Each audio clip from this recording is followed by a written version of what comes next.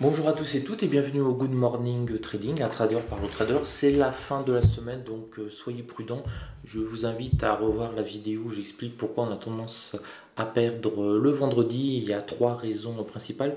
Nous, on va faire le point sur l'actualité des marchés. Alors l'actualité des marchés, on est en zone un peu compliquée en ce moment, mais en tout cas les marchés sont très optimistes. On le voit, on ne cesse de monter. C'est pour ça que hier j'avais titré, je crois, le Good Morning Trading en disant tout va bien sauf la Chine. La Chine effectivement ne va pas bien, mais ça n'empêche pas que on sent qu'il y a un souffle assez positif sur les marchés financiers. On va voir rapidement le calendrier boursier et l'actualité. Donc les députés britanniques ont voté en faveur d'un report du Brexit, etc., etc. L'histoire continue. Maintenant, ça va être dans les mains de l'Union européenne de déterminer si c'est un Brexit dur ou pas, quelque part, hein. Ils vont peut-être dire à un moment, bon, stop, on a négocié depuis plusieurs mois, c'est ça ou rien.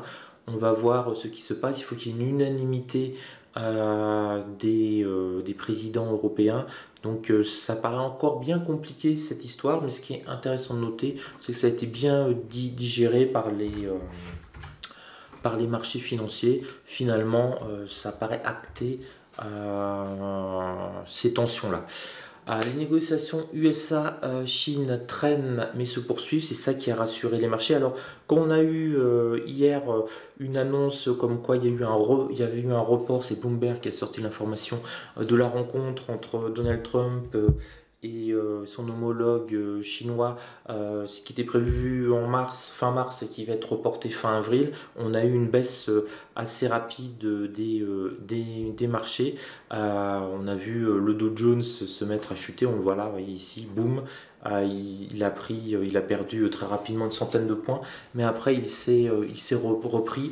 Donc voilà, on reste vraiment dans l'idée que ça va peut-être prendre du temps, encore un petit peu plus qu'on pensait, mais de toute façon ils vont signer parce qu'ils n'ont pas le choix, l'économie chinoise va mal, donc Donald Trump va gagner et les Chinois vont devoir céder. Et pour la banque centrale japonaise, voilà, juste politique monétaire totalement inchangée, donc tout va bien au Japon, ils ont encore repris 0,70-77% cette nuit. Pour nous, calendrier boursier Bruxelles, inflation de la zone euro du mois de février définitif, normalement, ça ne devrait pas créer du tout de remous, à moins d'une grosse surprise. Donc, bon, on joue le même, mais normalement, il n'y a rien du tout. Intéressant, on a Lisbonne et Rome qui vont avoir leur note souveraine revue. Donc là, ça va être intéressant, notamment pour Rome, voir ce que va dire Moody's pour l'Italie. Donc si vous tradez les valeurs, les indices portugais, les indices italiens, attention, attention, là ça risque de secouer énormément. Cet après-midi, 13h30, l'indice manufacturier Empire Stat qui est important, la production industrielle qui est important. Là, on se sera pris une bonne idée de la dynamique de l'industrie américaine. Et 15h, je vous le mets comme à chaque fois, mais il ne sert strictement à rien. L'indice de confiance des consommateurs de l'Université du Michigan, il ne sert plus à rien depuis 10 ans, mais il est toujours marqué dans les calendriers boursiers automatiques des sites de bourse comme rouge et important. Oubliez-le, il est plus important. Et puis, dernière petite chose à vous rajouter, à vous dire avant de passer un peu sur l'analyse technique, c'est les 4 sorcières. Donc faites attention, si vous êtes sur futur, sur option, c'est les échéances trimestrielles sur tout en fait. Et donc n'oubliez pas de relever, de basculer et ne soyez pas surpris si on a des bougies totalement bizarres. C'est au dernier moment des gros qui sont sortis. Donc attention, et vous devez connaître par cœur l'heure du basculement d'échéance. Sur DAX par exemple, c'est 13h. Je vous laisse chercher pour vos indices préférés. Au niveau de l'analyse technique, on a notre ami le Dow Jones. Comme on voit, quatrième séance, peut-être cinquième séance dans le vert aujourd'hui. On va voir si on clôture au-dessus des 25 800, ce serait bien parti pour lui. Ou si on va revenir sur le point pivot mensuel pour se stabiliser. Il n'est pas revenu sur les plus hauts comme par exemple le Nasdaq. Suite à l'affaire Boeing, alors que le Nasdaq lui explose complètement. Et là, a priori, on devrait finir la semaine dans le vert. Attendez, je regarde, oui, voilà. On devrait finir à peu près la semaine dans le vert. Les indices sont plutôt bien partis. Mais attention, hein, entre 20h et 21h aux États-Unis, peut-être prise de bénéfices. et retour sur bon, c'est pas important, et retour sur peut-être sur le point pivot mensuel sur le Dow Jones. Pour les indices européens, on va regarder le CAC 40 et on va regarder le DAX. Alors, le CAC 40, voilà, est-ce qu'on a besoin d'en parler? Il fonce, il a dépassé sa résistance à mensuelle. Comme je l'avais indiqué hier, il y a eu des vendeurs et on s'est remis à baisser. Ça, c'est un classique quand on passe pour la première fois la résistance à mensuelle. Et maintenant, on repasse pour la seconde fois, donc il y a beaucoup plus de dynamique. Entre guillemets, ça sert à rien, je regarde les cours, ça sert à rien de vendre.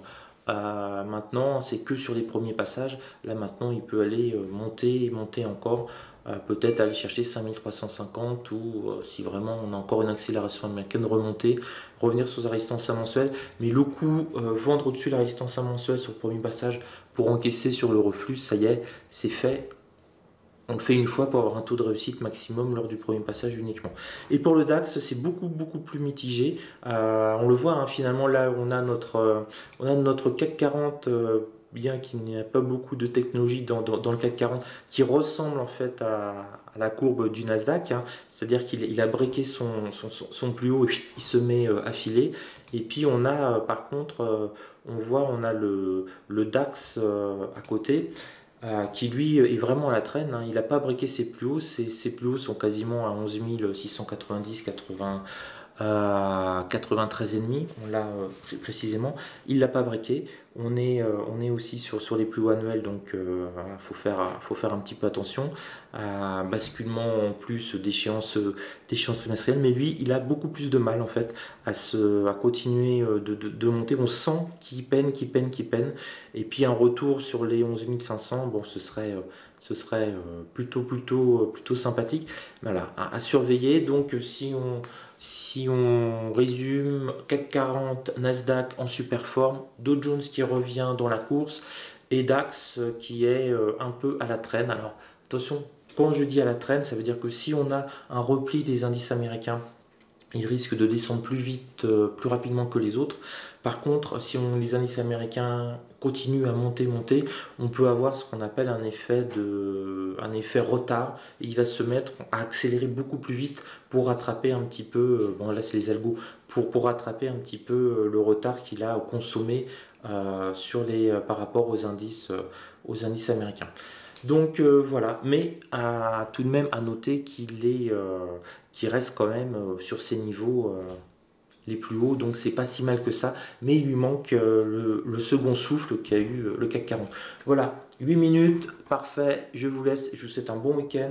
On se retrouve ce week-end sur le forum, on discute de plein de choses et pas que de bourse. Et puis reposez-vous bien et ne rendez pas vos gains de la semaine aujourd'hui.